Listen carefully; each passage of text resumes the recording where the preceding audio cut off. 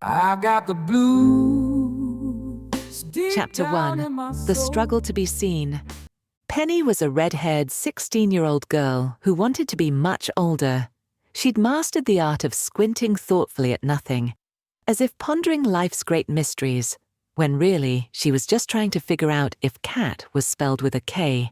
Dyslexia was her uninvited sidekick, turning words into a jigsaw puzzle with half the pieces missing. She figured if she could just seem mature, people might finally notice her. But no matter how hard she tried, Penny still felt like a ghost. And it wasn't just her quiet nature. Words were like rebellious acrobats flipping and twisting in her brain. At school, she parked herself in the back row, aiming not to be asked a question by the teacher. She wished she could turn invisible. Her classmates saw her as the quiet girl. They didn't notice the sweat and tears she poured into every assignment. Mrs. Gray, her teacher, was a sweetheart, but about as helpful as a chocolate teapot. Penny's mom tried too, but her pep talks were mostly, "Just try harder, sweetie," which was as useful as telling a fish to climb a tree. Her classmates didn't get it. To them, she was just the quiet one, so quiet that sometimes they would forget she was standing next to them. Penny felt like she was sprinting a race where everyone else had jetpacks. She couldn't spill her guts about it either. No one got what it was like to be stuck in the slow lane of life. So she hatched a plan. Act older, wiser, cooler. She'd suggest sneaking drinks at parties, wear outfits she thought screamed mature, and laugh at jokes she didn't get, like the one about tennis balls that left her nodding like a bobblehead. Her bedroom was her sanctuary, scrolling her phone until her eyes screamed for mercy. Sleep was her VIP escape from the chaos of being Penny. Chapter 2. The Pressure Builds. Faking it was Penny's new full-time job, and she was terrible at it. The emotional overtime was brutal. She was one bad day away from billing her brain for exhaustion. Her grades nosedived, but she couldn't admit dyslexia was the gremlin in the works. She once spent an hour decoding algebra as algebra, picturing a math-themed lingerie line. Loneliness crept in, even with people around. Her friends yapped about sports, movies, and weekend plans, while Penny sat there, hobbyless and blank. She didn't even like stuff, except maybe napping, but that didn't count. The outside world. A big nope. She'd never told anyone about her dyslexia, convinced they'd ditch her faster than you can say spell check. She felt alone, even in a crowd. Her friends chattered about hobbies and dreams, but Penny had nothing to share. She wasn't even sure what happy felt like anymore. Her mind churned with heavy questions. Why is everything so hard? Why don't I belong? Why am I always alone? No punchlines there, just raw, quiet ache. One day in the lunchroom, surrounded by noise, Penny sat in her own silent bubble.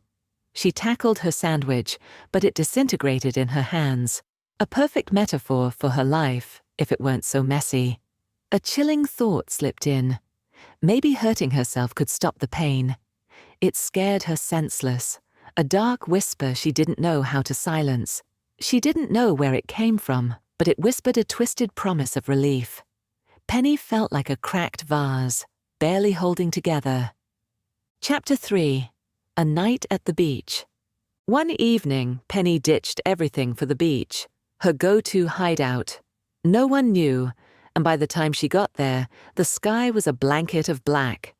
She'd been drinking, hoping it would make her feel connected, though it mostly made her walk like a toddler on a sugar high. She hoped it would blur the hurt, but it just turned her emptiness into a louder echo. Stumbling through the sand, her brain a foggy mess, she heard them. 3 boys, their laughter sharp and mean. They trailed her, tossing names that stung like jellyfish. She tried to tune them out, but then one sneered, "We're lucky tonight. A pretty virgin, gift wrapped for us." One tried to grab her, and for a moment, time stopped. Penny's heart slammed against her ribs. Then, bam! She ran.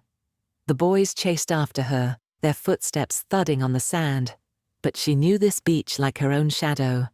Darting through bushes, she vanished, leaving the boys spinning in circles, arguing and cursing. She didn't stop until she was home, safe behind locked doors. But their words lingered, cruel echoes she couldn't shake. She didn't stop until she was home, but their words clung to her like damp sand. Chapter 4. The Awakening. The next morning, Penny woke to a pounding hangover head and a heart full of dread. Sprawled in bed, she heard the boys' taunts and shuddered to think what could have happened. Why was she, drunk and alone, on a deserted beach at night? Was this how she was going to hurt herself? She'd been her own worst bully for years, not with cuts, but with a mind that trashed itself daily. Self-harm? She'd been a pro at it without even knowing. Enough was enough. No more pretending. Penny was done auditioning for a role she didn't want. She'd been chasing a fake happy that only shredded her more. Then a wild thought hit. Isn't the mind the ultimate power gift from God? And if so, if what you think is so powerful it becomes your reality, it would shape not only who you think you are, but what you think others think of you. What if you could teach yourself to utilize this power? She grabbed her phone and Googled the power of thought, diving into a rabbit hole of wisdom. Her head spun. Maybe from the info, maybe from the hangover. A much-needed long bath later, she was back at the beach. Not to reminisce, but to reclaim. And then she scratched 6 promises into the sand. I'll be me, even if it's messy. No one else gets to price tag my worth. Dyslexia's my quirky sidekick. I'll find my tribe. I won't be so hard on myself. My thoughts are my superpower, and I am the captain of my destiny. The waves swooped in, wiping the words away. Penny grinned. That's okay. They were already tattooed on her soul. Walking off that beach, she knew it. The real Penny was finally stepping up,